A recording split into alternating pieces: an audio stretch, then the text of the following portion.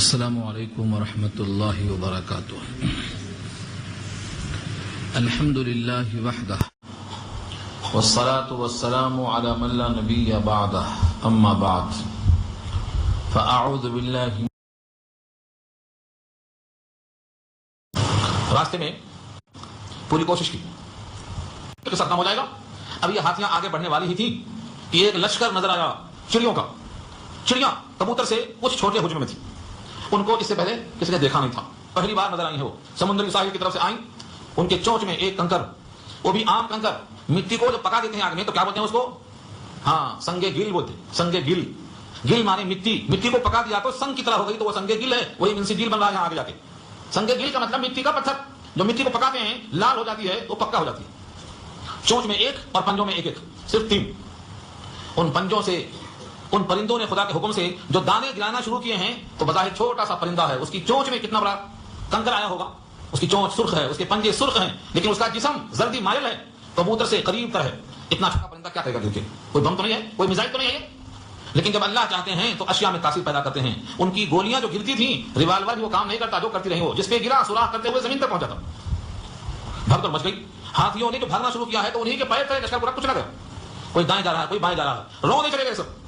ان کے روندنے کو تشبیہ دیا اللہ نے جیسے کوئی جانور کھانا کھا کے جگاری کر کے کچھ گرا دیتا ہے دائیں بائیں. کھایا ہوا بھوسا بولتے ہیں اس کو. جگاری جانتے ہیں آپ؟ جانور جگاری کرتا ہے, کھانے کے بعد اپنے منہ کو ہلاتے بیٹھتا ہے, اس کو جگاری کرنا بولتے ہیں. اس کے دائیں سے بائیں سے جو گرتا رہتا ہے اس کو بولتے ہیں کھایا ہوا بھوسا.